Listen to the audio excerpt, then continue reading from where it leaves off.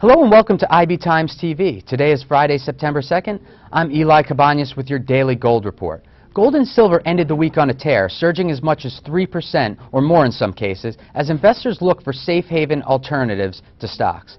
The stampede into precious metals started early today when the Labor Department reported that there was no change in the level of jobs in the United States last month, a shocking disappointment to economists who had expected as many as 70,000 new jobs to be created. These expectations were pretty modest. Even if they had come true, it still would have left the nation's unemployment level at 9.1%. But instead, the world's biggest economy added 0 new non-farm jobs. In July, at least, employers had added 85,000 jobs. Ellen Zentner, a senior U.S. economist at Nomura Securities International, told Bloomberg that part of the explanation for the flat line on job creation has to do with the uncertain regulatory and tax outlook that U.S. businesses are facing. She said, quote, "When the outlook is uncertain, businesses don't hire. Calls that we are on the cusp of a recession or already there are not completely unwarranted," end quote. As disappointing the numbers were this morning, for economists like Zentner, they were even more disappointing to stock investors who sold off and piled into precious metals. On the futures market, gold for December delivery, the most actively traded contract on the CME COMEX division of the New York Mercantile Exchange, surged 2.6% to settle at $1,876.90 per troy ounce. Gold for immediate delivery jumped to $1,880.36. Silver did even better on a relative basis. On the futures markets, it popped 3.6% to $43.07. Spot silver, meanwhile, rose to $43.32. The Dow Jones Industrial Average ended the day down 253 points to close at 11,240. The NASDAQ closed down 65 to 2,480.33. And the broadly based S&P 500 finished the week 30 points lower to close at 1,174. Thanks for watching. I'm Eli Cabañas, the IB Times TV. How would a President Ron Paul work with Ben Bernanke? Because, you know, as critical as you've been, you guys would be stuck working together if you were elected, Congressman Paul, wouldn't you be? I mean, he's the chairman. In theory, I thought the Fed was supposed to be independent. That's what they argue all the time. Of course, the president always works with them. I mean, and it isn't Bernanke himself that is the problem. It is the system. It's the system that you have no restraints on monetary authority, which means you have no restraints on spending, because the Congress does not have to be responsible. So in a way, Bernanke was somewhat correct the other day. He says, "I'm throwing up my hands. I can't do anything more. It's all up to the Congress." But he could do a lot more. Congress should quit spending, and then they don't put the pressure on the Fed to monetize.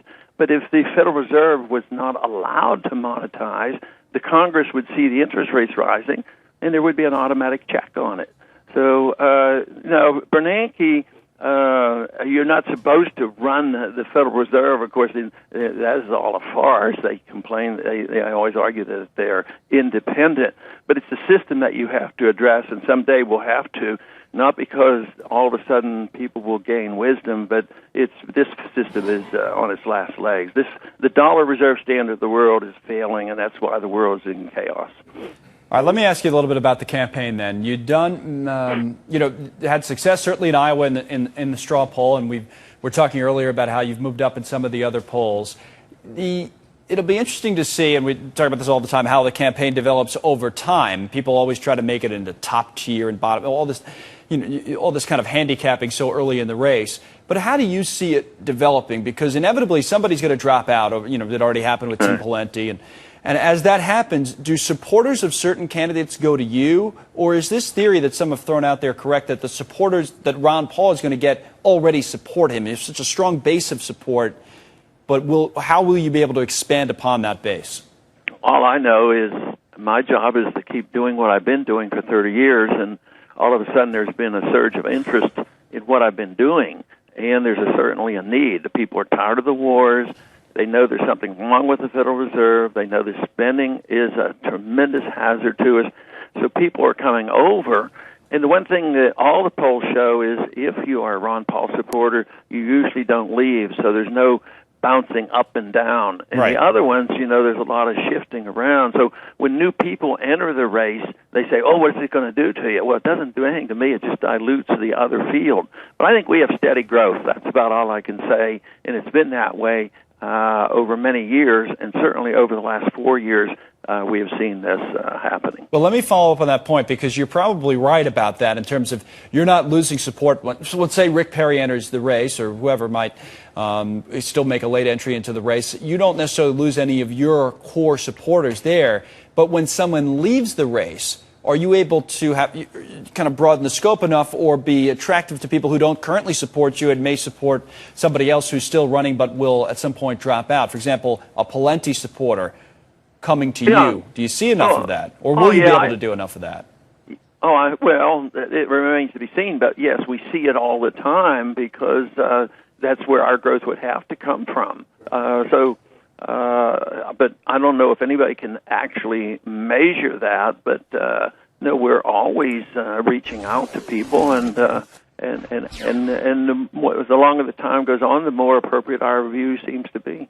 All right, Congressman Paul, it was good to talk to you again. We'll check back as the campaign continues. Sure Thanks thing. for coming on. Bye. Congressman Ron Paul, running for president on the Republican side.